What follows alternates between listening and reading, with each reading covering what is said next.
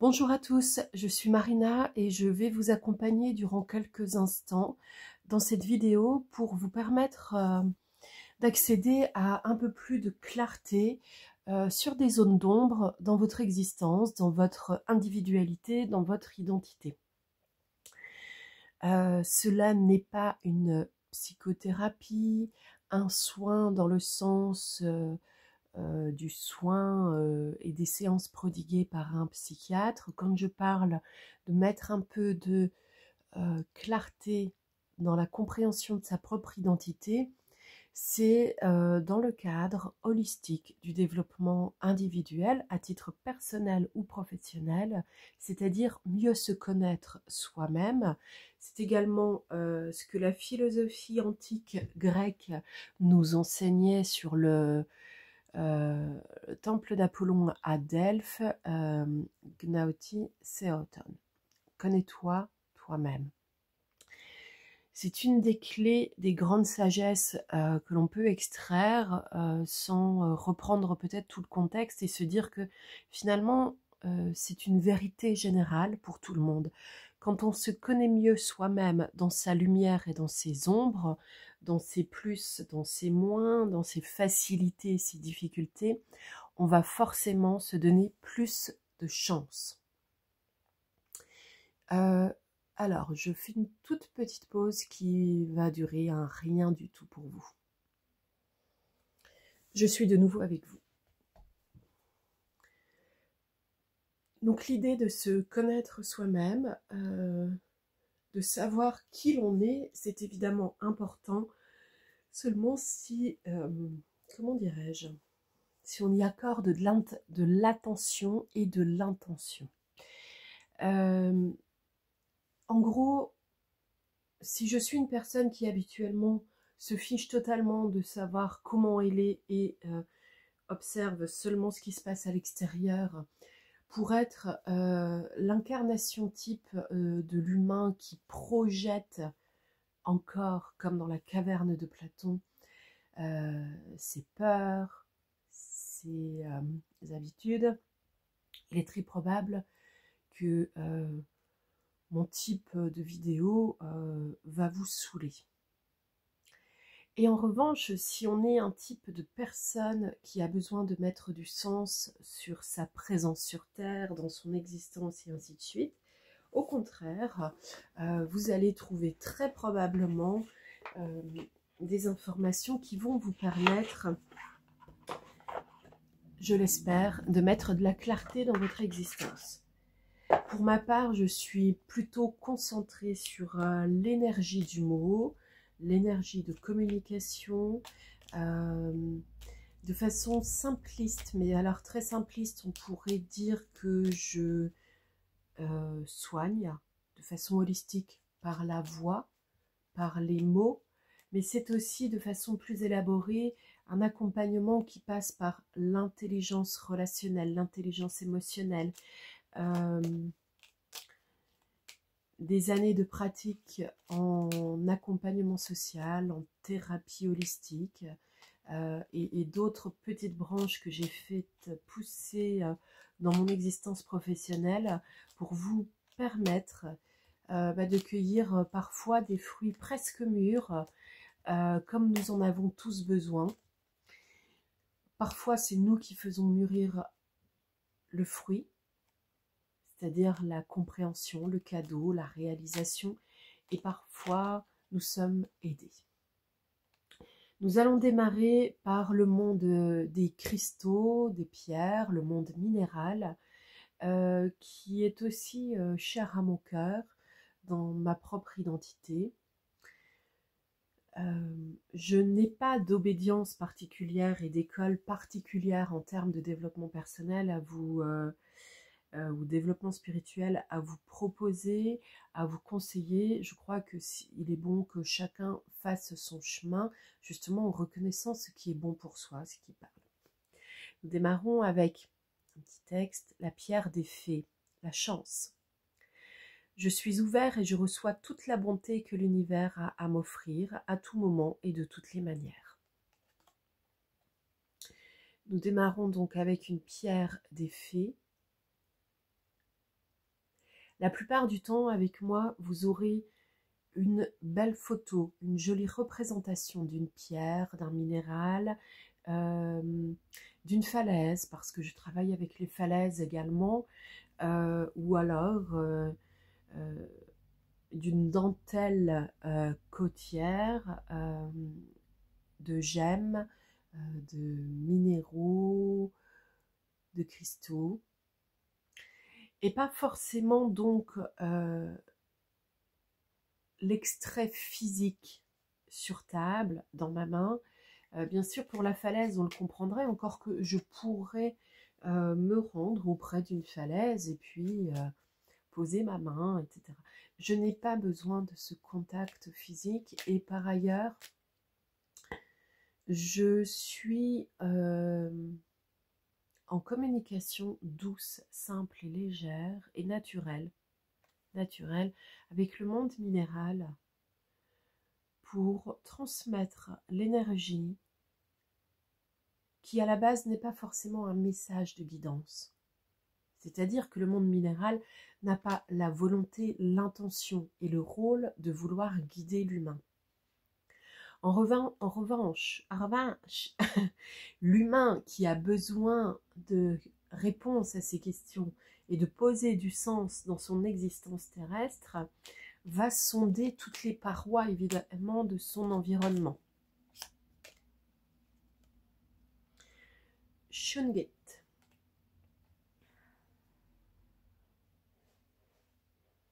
Nous pouvons nous connecter aux cristaux, aux pierres et ainsi de suite, tout ce qui appartient au monde minéral à distance, sans posséder l'objet.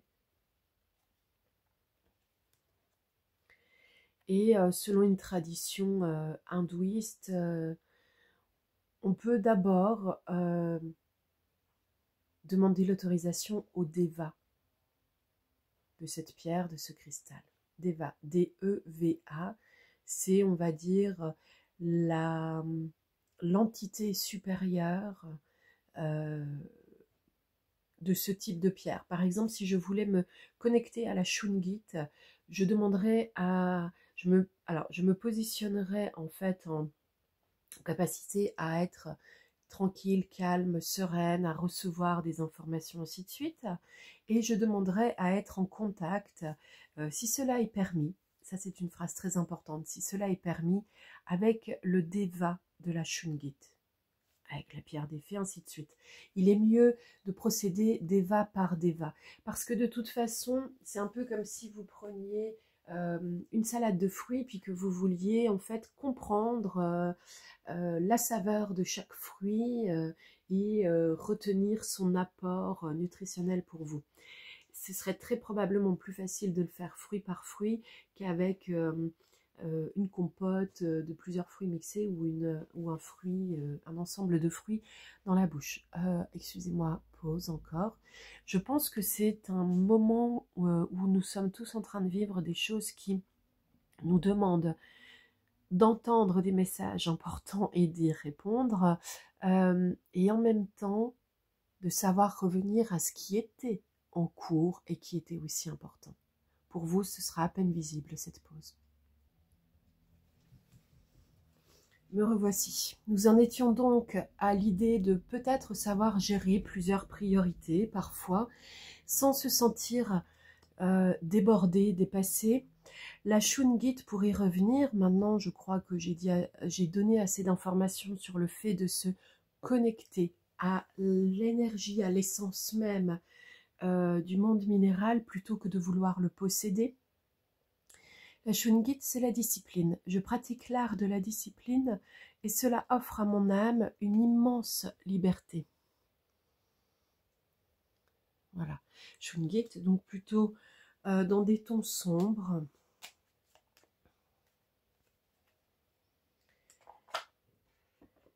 Nous allons plonger un peu dans les ombres.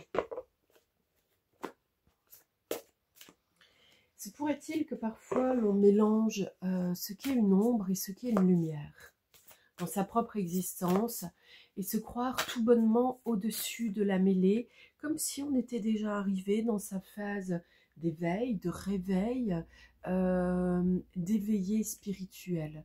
Vous observerez avec moi que les expressions ne sont pas toutes les mêmes, les mots ne sont pas tous les mêmes, et chaque mot, même si parfois il veut dire à peu près la même chose qu'un autre, il n'est quand même pas cet autre. Le cœur stellaire. Ouverture du chakra du cœur, déverrouillage, générosité. Pour ceux qui ont besoin de support visuel, bien sûr, vous pouvez observer cette carte, déjà percevoir aussi là où elle vous emmène. Probablement immédiatement sur une zone blessée et peut-être pas dans le cœur. Activation d'Orion. Supernova, recréation, renouveau, renaître de la lumière. On est clairement sur une idée de connaître un peu mieux son identité, de savoir ce qui est bon pour soi, de savoir aussi reconnaître comment on fait en sorte parfois de s'auto-saboter. Il y a des énergies d'amour, peut-être du conseil vénusien pour certains. En fait, on peut explorer des identités hors terre, mais je crois que le plus important, c'est aussi d'entrer en soi pour se rendre compte de ce que l'on est.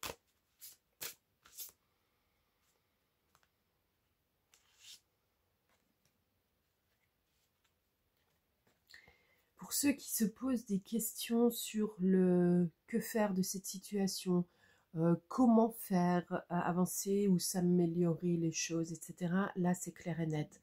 On est dans le monde des faits de nouveau. Partez. Quittez cette situation malsaine et profitez des nouvelles portes qui s'ouvrent ainsi vers vous.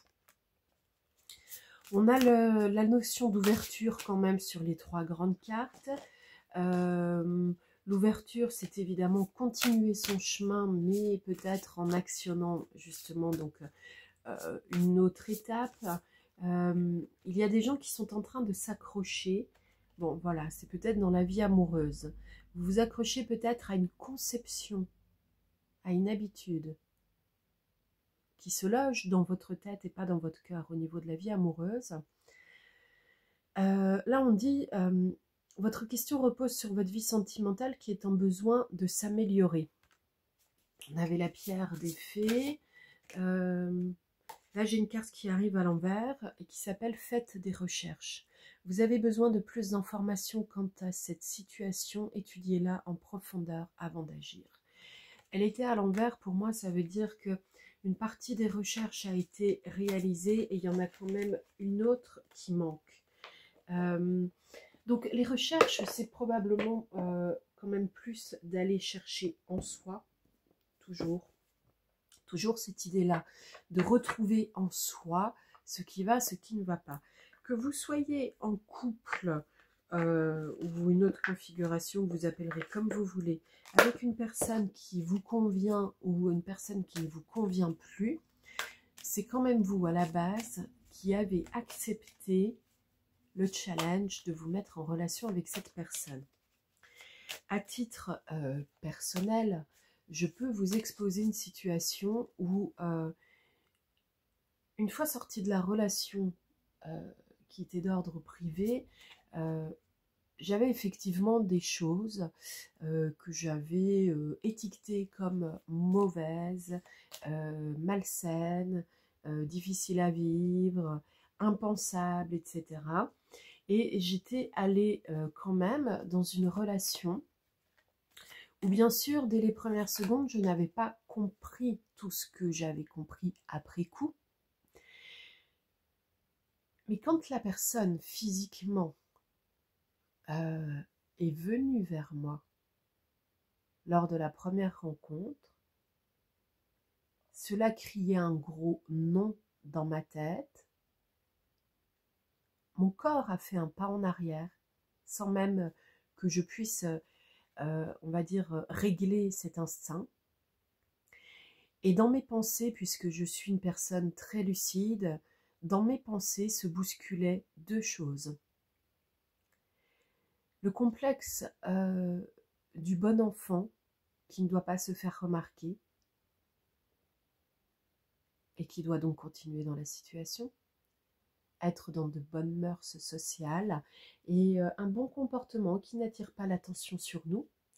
Clairement, c'était l'injonction socio-parentale reçue durant mon enfance qui m'amenait à rester dans des situations quoi qu'il en coûte. Et puis il y avait un autre type de pensée qui me disait « fuis, pars, tout de suite, immédiatement, va-t'en ». Et c'était pas pour me faire louper cette rencontre, c'était pour m'éviter tous les désagréments que cette rencontre allait proposer. Cela nécessitait de remonter dans ma voiture et puis de démarrer en trombe. C'était faisable, mais ça a été contrecarré par le complexe de la petite fille modèle ou quelque chose comme ça qui a bloqué tout. La peur, l'hésitation, et voici que l'on est bloqué sur place. Et je vous assure, le prédateur peut arriver en toute tranquillité, posément, parce qu'il le sait déjà. Si à peut-être, je ne sais pas, une centaine de mètres de moi, la personne, quand elle descend de sa voiture, je perçois tout cela, quand elle arrive physiquement dans mon monde, je peux vous assurer que l'autre l'a senti aussi. Est-ce que l'autre est en train d'analyser, de percevoir ses propres pensées? Ça, je n'en sais rien. En tout cas, ce qui est certain, c'est que l'autre sait que vous êtes la proie et que vous ne partez pas. À partir de ce moment-là, il n'y a aucune relation d'amour, il n'y a aucune relation respectueuse. Ça va être le bal des faux-semblants, des masques, pour essayer de garder la proie le plus longtemps possible. Okay. Maintenant, sur un autre jeu, j'ai deux cartes qui arrivent et qui sont à l'envers également. Le sage, qui nous parle de tradition et d'ordre. Le veilleur, qui lui parle de conscience et de réflexion. Pour plus de facilité, pour vous permettre de vous immerger, je vais voilà, les mettre comme cela, à l'endroit.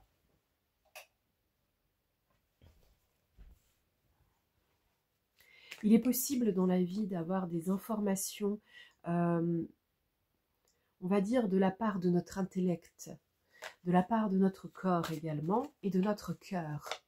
C'est pour cela, je crois, qu'on nous demande souvent, très souvent, de nous plonger dans notre cœur. Finalement, je vais remettre la lumière, même si ça fait briller certaines cartes. Il y a tout de même une plus grosse partie visible et lisible. La sentinelle qui arrive à l'envers, détermination, certitude. Le veilleur, avec sa conscience, sa réflexion, c'est votre cœur, votre higher self, votre esprit le plus évolué en vous-même, dans votre conscience. Le sage, c'est évidemment ce que l'on peut aussi considérer comme les maximes terrestres. On a démarré avec une illustration de la sagesse antique grecque. Je vous ai parlé très très rapidement il y a quelques instants durant un exemple concret d'une possibilité du complexe de la petite fille modèle, de l'enfant sage. Le sage, ici, c'est plutôt dans l'idée d'un développement individuel à titre personnel, relationnel, correct, même plus que correct, très évolué déjà. Cependant, attention à ne pas, quand vous avez développé une conscience comme ça de ce que la vie réserve, de ce que la vie préserve, de ce que la vie met en place, attention tout de même à ne pas être une sorte de voleur d'énergie, voleur d'âme, quand vous devenez intransigeant sur vos propres compréhensions. Comme certains, par exemple, découvrent que tel régime alimentaire est très bon pour eux, bah, tant mieux. Et puis, mais que par contre, ils voudraient l'ériger en vérité générale pour tout le monde. Ça, ce n'est pas de la sagesse. Se rendre compte que quelque chose est bon pour soi ou mieux pour soi, c'est complètement différent de vouloir l'imposer aux autres. À ce moment-là, posez-vous une question. Avez-vous besoin que le clan vous suive ou le groupe pour vous sentir vivre?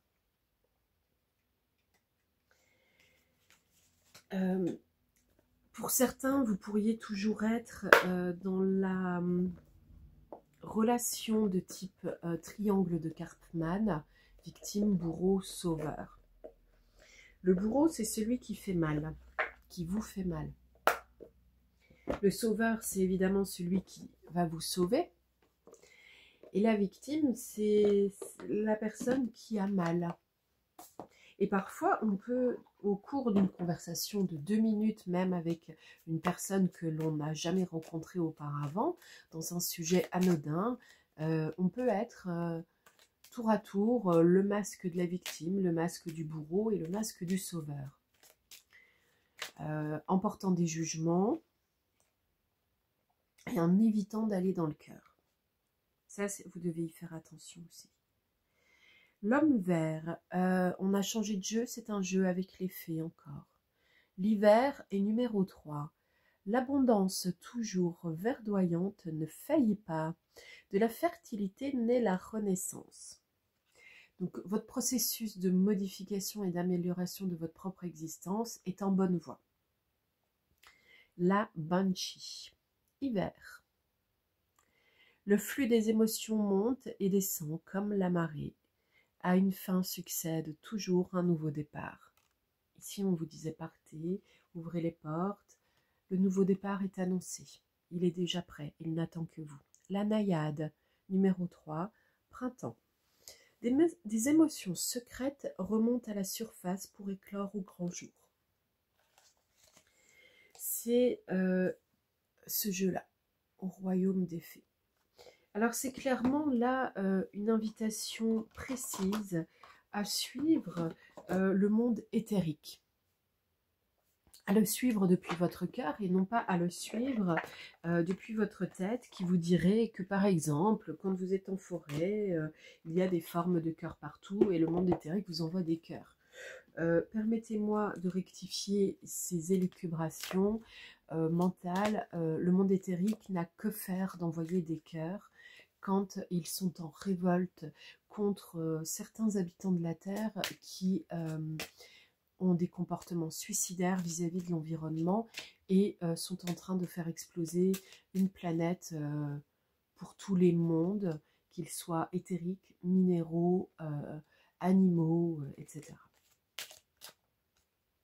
Ce n'est pas pour autant que le monde éthérique et ses populations vous agresseraient, non.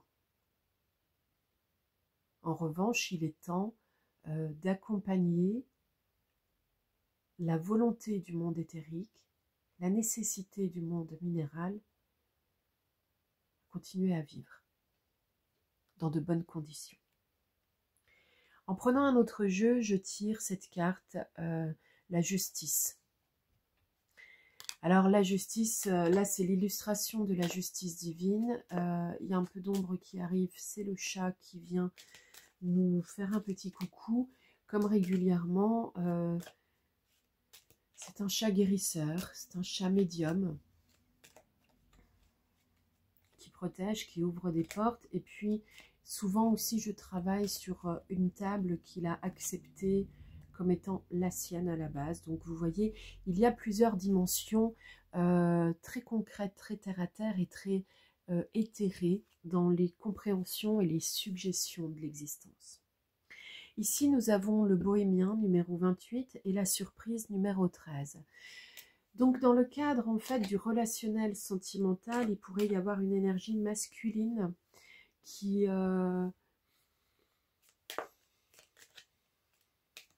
comment dirais-je, qui prennent votre énergie et que vous ayez en fait une énergie qui attire votre attention dans le sens là, quelque chose qui attire votre attention, c'est quelque chose qui vous tire vers l'extérieur. Rappelez-vous que séduire, ça vient du latin seducere ou seducere, vous pouvez le dire comme vous le voulez, c'est emporter l'autre en dehors de son chemin initial. C'est faire en sorte que l'autre suive notre propre chemin. Donc on est dans une notion de pouvoir. C'est pour ça que certains commerciaux sont séducteurs, mais sans l'être au niveau sentimental. Ils vous emmènent sur l'agrément de leurs propres convictions. C'est dans le sens là. Là, la surprise, on pourrait... Alors, j'ai une autre carte qui arrive, le duel. Donc, on pourrait être typiquement dans une situation où vous avez besoin de regagner l'attention d'une personne, mais en fait, on vous dit laissez passer. Et puis finalement, regardez, dans cette histoire de duel, ça veut dire qu'on est sorti de l'amour depuis bien longtemps, qu'on est dans vouloir gagner, être dans la possession. Il n'y a aucune sagesse là-dedans, ce n'est que de la barbarie. Vous êtes plus évolué que cela. Une personne ne vous appartient pas et vous n'appartenez à personne. Ici, on peut voir aussi de l'âme qui se touche. Et puis, on pourrait se dire que c'est peut-être encore une invitation à couper avec ce qui ne va pas. Vous voulez vous mettre en relation émotionnelle, sentimentale, de couple, qui soit heureuse pour vous, coupez avec vos mauvais schémas. Retournez dans votre propre atelier où vous allez construire selon les préceptes de votre propre identité. Vous allez sortir de la prison, une prison qui est mentale, donc il est nécessaire d'aller explorer ses propres croyances limitantes pour arriver à la moisson. On me demande d'ajouter autre chose et cela ne va pas passer par les cartes.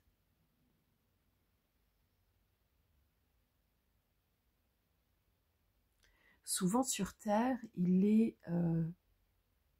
plus facile d'être coopté, d'être agréé, d'être accepté dans le clan, dans le groupe social, lorsqu'on est en couple à un certain âge.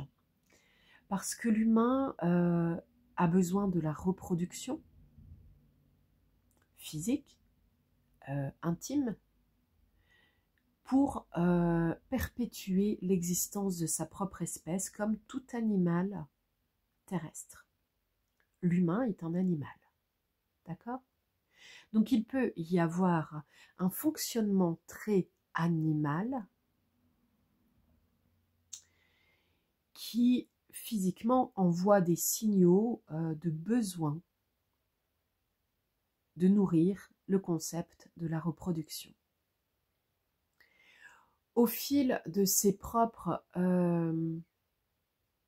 évolutions de pensée en tant qu'individu terrestre, on a pu décider d'avoir des enfants, de ne pas en avoir, de devenir parent, de ne pas le devenir d'une manière ou d'une autre, de se marier, de ne pas se marier, d'être en union, de ne pas être en union, et ainsi de suite, vous avez bien compris. Tout est possible. Cependant, vous pouvez expérimenter plein de choses dans votre existence et puis vous rendre compte que ce n'est pas évident de trouver le bonheur. Le bonheur dans chaque chose. Ça pourrait même être épuisant. On en bâille, vous voyez. On en bave aussi parfois. On peut être un être extrêmement sensible qui a développé une grande force, une grande résilience à améliorer certaines pistes dans sa propre existence afin que le pire ne revienne pas. Donc on a développé une énergie assez forte permettant au pire que l'on a déjà vécu de rester en dehors de notre propre chemin. Et c'est très bien, on peut se féliciter de cela. Cependant, dans la recherche du meilleur pour soi, il est parfois difficile de s'y retrouver. Mais quand on sait déjà ce que l'on ne veut plus, ben, je peux vous dire que ça fait déjà du grand ménage.